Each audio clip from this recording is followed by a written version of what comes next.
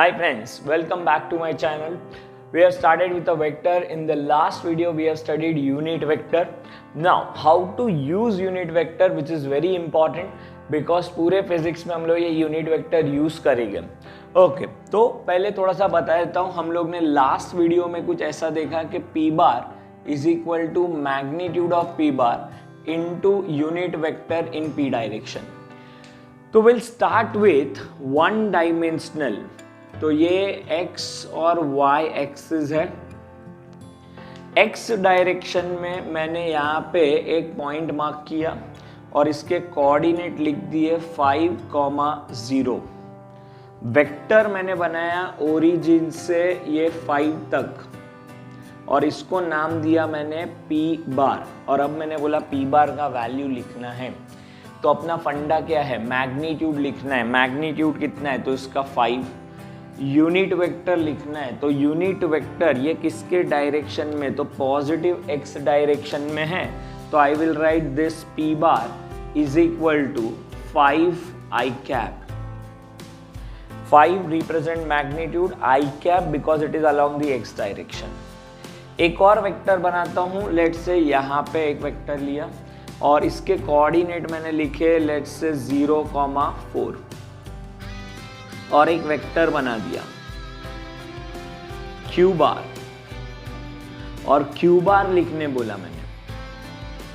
तो q bar will be magnitude. तो इसका मैग्नीट्यूड है 4 और it is along positive y direction. इसके लिए 4 j कैप.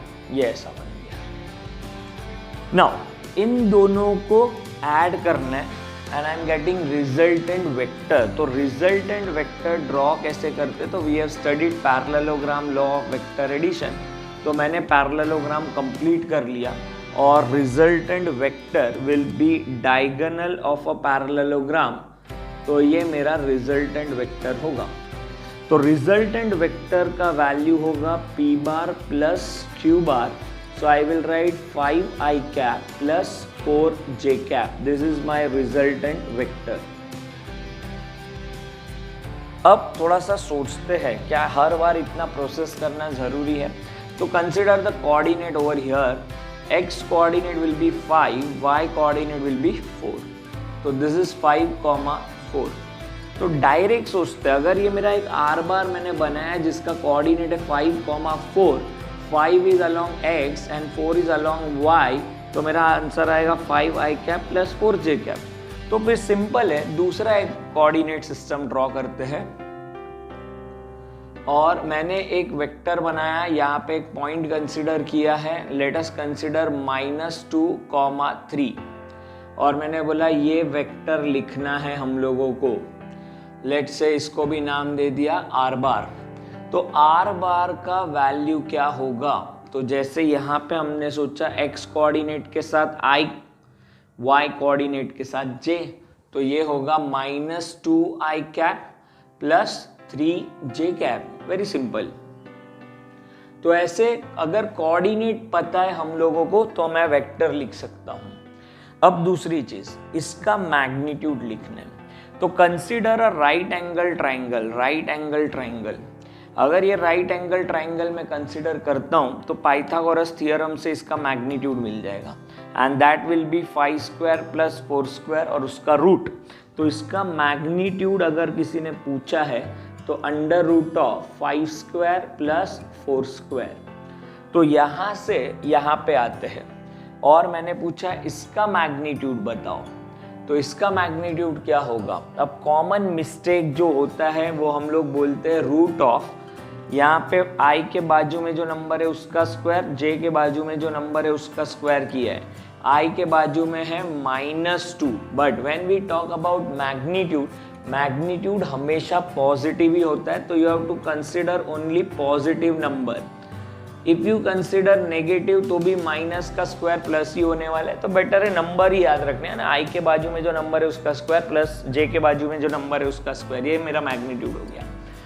तो जनरलाइज बनाते हैं. अगर मैंने वर्ड यूज किया किसी वेक्टर का मैग्नीट्यूड ढूंढो तो आपका आंसर होगा अप्लाई एस एस एस. अच्छा ये क्या है अभी? S S S. तो पहला s रिप्रेजेंट कर रहा है नंबर्स को स्क्वायर कर दो, दूसरा s रिप्रेजेंट कर रहा है नंबर को ऐड करो, दैट मीन्स सम कर लो, स्क्वायर करो सम करो, और तीसरा s रिप्रेजेंट कर रहा है स्क्वायर रूट ले लो। तो ये मैग्नीट्यूड ढूंढने का तरीका है। मैग्नीट्यूड ढूंढने के लिए जब भी मैं वर्ड बोलूँगा मैग्नीट्यूड ढूंढो, आपको याद करने का ट्रिपल s यूज करना है, square, sum and square root. अब ये मैंने 2 डायमेंशनल में बात की। अगर मैं 3 डायमेंशन में बात करता हूँ, मेरा पॉइंट यहाँ पे ये 0 0 0 है और कोऑर्डिनेट यहाँ पे मेरे पास है 3 -4 एंड 6। बताओ ये वेक्टर कैसे लिखेंगे? तो ये वेक्टर लिखने का तरीका होगा 3i cap minus 4j cap plus 6k cap. ये x, ये y और ये z नंबर, उसके साथ i, j, k, और इसका अगर मैग्नीट्यूड पूछा तो इसका magnitude will be root of 3 square plus 4 square plus 6 square and so on. लेकिन इस पूरे वीडियो में अगर आपने देखा तो मेरा जो वेक्टर है उसका टेल हमेशा 0 0 पे था, 0 0 पे, ये भी 0 0 लिया हुआ है मैंने। तो क्वेश्चन ये है कि अगर टेल 0 0 पे नहीं हुआ तो क्या? तो उसके लिए आपको देखना पड़ेगा next video. For that stay tuned.